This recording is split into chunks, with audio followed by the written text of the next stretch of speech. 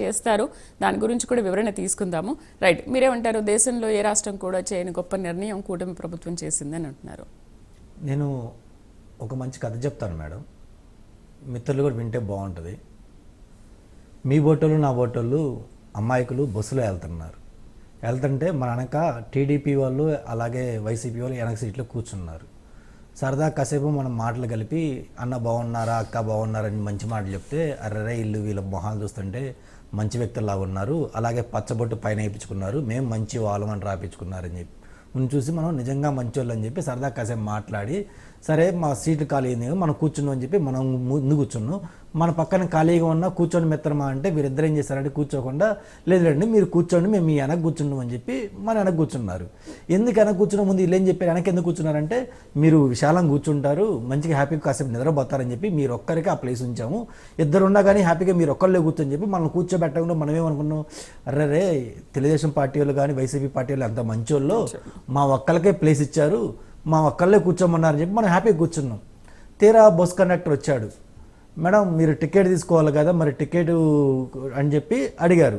అడిగితే మనం ఏంటంటే జేబులో చేయబెట్టి పర్సులో తీద్దామని చెప్పి డబ్బులు ఇవ్వబోయినాం. తీరా పర్సు లేదు. వెనక మన మిత్రులు ఉన్నారుగా చాలా మంచి వ్యక్తులు, మంచి ప్రభుత్వం, అలాగే అంతకు మించి అతి మంచి ప్రభుత్వం రెండు ఉన్నారు కదా. ఏం చేశారంటే పర్లేదు అక్క మేము డబ్బులు ఇస్తామని చెప్పి ఆ 50 రూపాయలు 100 రూపాయలు వీళ్ళు డబ్బులు ఇవ్వడం జరిగింది. తీరా దిగెళ్ళిన తర్వాత ఇలా వెనక ఎవరైతే వీళ్ళు వెనకున్నారో వీళ్ళిద్దరు వెనక కాంగ్రెస్ పార్టీ అంటే మా బొట్టుడు కూర్చున్నాడు. ఈ జరిగే సిచ్యువేషన్ మొత్తం అబ్జర్వ్ చేస్తున్నారు. దిగిన తర్వాత ఏంటంటే మీరు వాళ్ళని పొగటం మొదలుపెట్టారు, అబ్బాయి ఎంత మంచి వాళ్ళు టీడీపీ వాళ్ళు వైసీపీ వాళ్ళు, నాకు టికెట్ తీసుకురానికి నా దగ్గర డబ్బు లేకపోతే పర్సు ఇంటి దగ్గర మర్చిపోయాను లేదా మధ్యలో అక్కడ మిస్ అయిందో వీళ్ళు వచ్చి మాకు టికెట్ తీసి ఇచ్చారు, ఎంత మంచి పార్టీలు మనం చూస్తామని చెప్పి మీరు వాళ్ళు పొగుడుతున్నారు. తర్వాత వీళ్ళు వెళ్ళిపోయారు. మేము మిమ్మల్ని చూసి నవ్వుతున్నాం, మీరు మా దగ్గరకు వచ్చారు, మిత్రమే మీరు ఎందుకు నవ్వుతున్నారంటే మేము జరిగిన స్టోరీ చెబుతున్నాం. అక్క వాళ్ళు మీకు టికెట్ తీయలేదు, మీ పర్సు వాళ్ళు కొట్టేసి ఆ డబ్బుల్లో కొంత డబ్బులు అంటే అందులో 1000, 2000, 5000, 10,000 డబ్బులు ఉంటే ఒక 40 రూపాయలు 50 రూపాయలు మాత్రమే మీ టికెట్ తీసి ఇచ్చారు, కాసేపు మీ చేత పొగిడించుకొని వాళ్ళు వెళ్ళిపోయారక్క, అది మీరు ఎందుకు గమనించలేదని మాలాంటి కాంగ్రెస్ పార్టీ ఇంకొక పార్టీ ఉండి ఆడ చెప్పడం జరిగింది. ఎందుకు ఈ మాట చెప్తున్నానంటే అసలు దీన్ని చెప్పే ముందు ట్రూ అప్ ఛార్జెస్ అంటే ఏందో దాని గురించి మనం డిస్కస్ చేసుకోవాలి.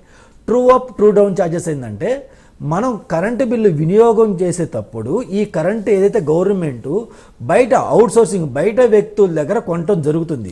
కొనటం జరిగిన తర్వాత ఈ యొక్క రేట్లు ఒకసారి పెరగడం తగ్గడం ప్రచువేట్ అవుతూ ఉంటాయి. సో ఈ రేట్లు పెరగడం తగ్గడం జరుగుతుంది కాబట్టి గవర్నమెంట్ వాళ్ళ చేబులోంచి ఇవ్వదు కాబట్టి ప్రజల దగ్గరే వసూలు చేసి ఇస్తుంది. కాబట్టి నాడు జగన్మోహన్ రెడ్డి గారు ఏం చేశారంటే గత 3 ఏళ్ళు మా ప్రభుత్వంలో ఇలా కరెంటు హెచ్చుతగ్గులు ఉన్నాయి, అందుకని మేము ట్రూ అప్ ఛార్జెస్ పేరు మీద ఏదైతే కరెంటు యూనిట్ ఛార్జెస్ మటుకు మేము మార్చట్లేదు, ఆ యూనిట్ ఛార్జెస్ అలాగే ఉంచుతున్నాం, దాన్ని అలాగే ఉంచుతా ట్రూ అప్ ఛార్జెస్ మీద ఇవేమన్నా కరెంటు హెచ్చుతగ్గులు ఉంటే ఆ హెచ్చుతగ్గుల నుంచి ఈ అమౌంట్లోంచి వాడతామని చెప్పి తీసుకొచ్చిన పదమే ట్రూ అప్ ఛార్జెస్. ఆ ఛార్జెస్ కూటమి ప్రభుత్వం వచ్చిన తర్వాత ఇంప్లిమెంట్ కావడం జరిగింది. ఇది అవుననుకున్నా కాదని ఎవరు అవునన్నా కాదని ఇది నగ్న సత్యం, ఇది ఒప్పుకోవాల్సిందే. అయితే మరి కూటమి ప్రభుత్వం అధికారకు రాకముందు ఏం చెప్పిందయ్యా అంటే మేము ఎట్టి పరిస్థితుల్లో అసలు కరెంట్ రేట్లు అనేది పెంచం, అలాగే ఉంటే అవసరమైతే తగ్గిస్తుంది తప్పించి పెంచడం అని జరిగింది. మరి జగన్మోహన్ రెడ్డి గారు 2019 ముందు ఏమైతే మాటిచ్చి అది కూడా మనం చూడాలి కదా. ఆయన ఏం మాటిచ్చాడంటే ఎట్టి పరిస్థితుల్లో ఈ రేట్లు ఉండవు, ఈ రేట్లు పూర్తిగా తగ్గిస్తాం మన ప్రభుత్వం రాంగలే అని చెప్పి అప్పుడు 2019లో కూడా జగన్మోహన్ రెడ్డి గారు స్టేట్మెంట్ ఇచ్చారు. మరి జగన్మోహన్ రెడ్డి గారు స్టేట్మెంట్ ఇచ్చినప్పుడు ఆ స్టేట్మెంట్ నిలబడతారంటే ఆయన మాట తప్పే రోలో మొదట ఉంటారు, మనవ తిప్పడంలో మొదట ఉంటాడు. కాబట్టి ఆయన పెంచును అని చెప్పిన తర్వాత సంవత్సరానికి 2 సార్లు యావరేజ్గా ఛార్జెస్ పెంచుకుంటూ వెళ్ళాడు. అంటే జనరల్గా ఎవరన్నా పనిచేసి అతనికి శాలరీ ఇంక్రిమెంట్ ఒకసారే ఉంటుంది, కానీ ఆంధ్రప్రదేశ్ ప్రజలకి నాడు వైసీపీ గవర్నమెంట్లో సంవత్సరానికి 2 సార్లు ట్రూ అప్ ఛార్జెస్ కింద ఇంకో ఛార్జెస్ కింద రేట్లు పెంచుకుంటూ పోయి ఆకాశాన్ని అసలు ఎవరైనా బల్బ్ వేయాలంటే కూడా భయపడే విధంగా వీరు రేట్లు పెంచుకుంటూ పోయారు. మరి కూటమి ప్రభుత్వం వచ్చిన తర్వాత ఏం చేసింది, కూటమి ప్రభుత్వం వచ్చిన తర్వాత ఆ రేట్ని అలాగే కంటిన్యూ చేసింది తప్పించి వాళ్ళు తగ్గించింది ఏమీ లేదు. ఇది మొదటి పాయింట్. రెండోది, సరే ఈ రేట్లు హెచ్చు తగ్గుల గురించి మాట్లాడే ముందు ఒక స్టోరీ చెప్పాలి మేడం. ఇక్కడ 2 రకాల స్టోరీలు. నాడు అదానీ కుదిరించుకున్న పవర్ పర్చేసింగ్ అగ్రిమెంట్ అనేది ఒక స్టోరీ ఉంటుంది. దాని తర్వాత ఏంటంటే షిరిడి సాయి ఎలక్ట్రానిక్స్ కంపెనీ అని చెప్పి 2 కంపెనీస్ ఉన్నాయి. ఈ 2 కంపెనీస్ వల్ల ఈరోజు ఆంధ్రప్రదేశ్ రాష్ట్రంలో ఇక్కడ తెలంగాణలో కూడా రేట్లు చూస్తున్నాం, అక్కడ ఆంధ్రప్రదేశ్లో రేట్లు చూస్తాం మేడం. ఇక్కడ 2 కంపేర్ చేద్దాం. తెలంగాణలో నాకు ఇక్కడ సిఏ ఆఫీస్, ఆడిట్ ఆఫీస్ ఉంది. ఏదైతే ఆంధ్రప్రదేశ్లో మా వినుకొండ కాన్స్టిట్యున్సీలో నాకు ఒక పార్టీ ఆఫీస్ ఓపెన్ చేశాను. పార్టీ ఆఫీసులో నేను కనీసం ఉండి ఓపెన్ చేసి ఫ్యాను ఏసీ కూడా వేయటం ఉండదు. మ్యాక్సిమం నేను ఎక్కువ హైదరాబాద్లో ఉంటున్నాను కాబట్టి అక్కడ జస్ట్ ఉండాలి కాబట్టి ఒక ఆఫీస్ పెట్టాను. ఆడ రావటం పాటు ఏముండదు. ఇక్కడ వచ్చిన అంటే ఇక్కడ నేను ఆఫీస్ ఉండి సిఏ ఆడిట్ ఆఫీస్ రన్ చేస్తా ఉన్న పవర్ బిల్లు కంటే 10 రూపాయలు అక్కడ పవర్ బిల్ ఎక్కువ వస్తుంది. ఏది ఎవరో ఉండపోయినా, లైట్లు వేయకపోయినా, ఏసీ అయిపోయినా, ఆఖరికి ఏమి అయిపోయినా అలా వస్తుంది. దట్ ఈస్ కాల్ ఆంధ్రప్రదేశ్ ప్రభుత్వం మేడం. అంటే గత 5 ఏళ్ళు ఇప్పుడున్న 5 ఏళ్ళు వీళ్ళు చేసే పరిపాలన ఎంత అధ్వానంగా చెప్తున్నా. ఈ రేట్లు ఎందుకు వస్తున్నాయి అంటే కూడా ఎగ్జాంపుల్ చెబుతాను మేడం. మీకు గుర్తుందో లేదో, అదానీ వచ్చేసిన తర్వాత జగన్మోహన్ రెడ్డి గారితో పవర్ పర్చేసింగ్ అగ్రిమెంట్లు ఎంటర్ అయిన తర్వాత ఇదేదో భారతీయ జనతా పార్టీయో, కాంగ్రెస్ పార్టీయో, తెలుగుదేశం పార్టీ, జనసేన పార్టీ వేస్తున్న రోమర్ కాదు, ఇంకో కదా, అక్షరాల ట్రంప్ సర్కార్ వచ్చిన తర్వాతే ఆంధ్రప్రదేశ్ గవర్నమెంట్ పెద్ద ఎవరైతే ఉన్నారో అతనికి 1700 కోట్ల పైనే లంచం ముట్ట చెప్పడం జరిగిందని చెప్పేసి యుఎస్ గవర్నమెంట్ తండ్రి లేని పెట్ట జగన్మోహన్ రెడ్డి గారి మీదే చెప్పడం జరిగింది. అంటే అందులో కూడా కాంగ్రెస్ కుట్ర కానీ బీజేపీ కుట్ర ఏమైనా ఉందా? ముమ్మాటికి అది జరిగింది కాబట్టే ఈ పవర్ పర్చేసింగ్ అగ్రిమెంట్లు ఆంధ్రప్రదేశ్ రాష్ట్రం అదానికి యాక్చువల్ రేటు కంటే, కొనాల్సిన రేటు కంటే, బయట మనకు దొరికే రేట్ల కంటే 10 రూపాయలు ఎక్కువ కట్టబెట్టడం వల్ల ఇన్ రిటర్న్స్లో ఆయనకి ముడుపులు రావడం జరిగింది. ఇది యుఎస్ గవర్నమెంటే చెప్పడం జరిగింది. ఆ కేసు ఇంకా అక్కడే ఉంది. కూటమి ప్రభుత్వంలో నారా చంద్రబాబు నాయుడు గారు ముఖ్యమంత్రి అయిన తర్వాత ఆయనే జగన్మోహన్ రెడ్డి గారు పవర్ పర్చేసింగ్ అగ్రిమెంట్లు లడ్డులాగా చిక్కారని చెప్పి సాక్షాత్ అసెంబ్లీలో కూడా, బయట ప్రెస్ మీట్లో కూడా చెప్పడం జరిగింది. కానీ ఏం జరిగింది? ఢిల్లీ నుంచి ఫోన్ రావటం, దాని నుంచి మీరు ఏం మాట్లాడొద్దని చెప్పడం, వాళ్ళ కూటమి ధర్మ ప్రకారం దాని గురించి ఎత్తకూడదు కాబట్టి ఎత్తలేదు కాబట్టి ఈరోజు వైసీపీ బతికి పట్టగట్టి బయటపడింది. దానికి వైసీపీ సోదరులు ఏం చెప్తున్నారు? దమ్ముంటే మీరు అది నిరూపించండి, లేదంటే దాన్ని బయటికి తీసుకురండి, దాని మీద కేసు పెట్టండి, ఎంక్వైరీ చేయండి అంటే ఆల్రెడీ యుఎస్ గవర్నమెంట్ ఎంక్వైరీ చేస్తుంది కదా. ఆడికెళ్ళి బీజేపీ పెద్దలు ఇంకో పెద్దలు లాలుచి పడ్డారు కాబట్టి కొంచెం తగ్గింది. లేదంటే ఎవరు జగన్మోహన్ రెడ్డి ఎప్పుడూ యుఎస్ గవర్నమెంట్ కింద మన పరువు తీసేవాడు కదా.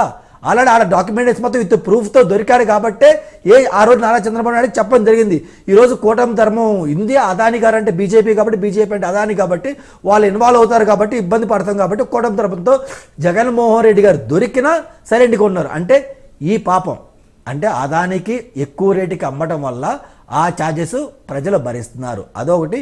ఇంకోటి షిరిడి సాయి ఎలక్ట్రికల్స్ అని చెప్పేసి ఇది నేను చెప్పడం కాదు, సాక్షాత్తు నారా చంద్రబాబు నాయుడు గారు కానీ, కూటమి పెద్దలు కానీ ఇది జగన్మోహన్ రెడ్డి గారి బినామీ కంపెనీ అంటారు. అఫ్కోర్స్ ఇది 2 రెడ్లకు సంబంధించిన కంపెనీ.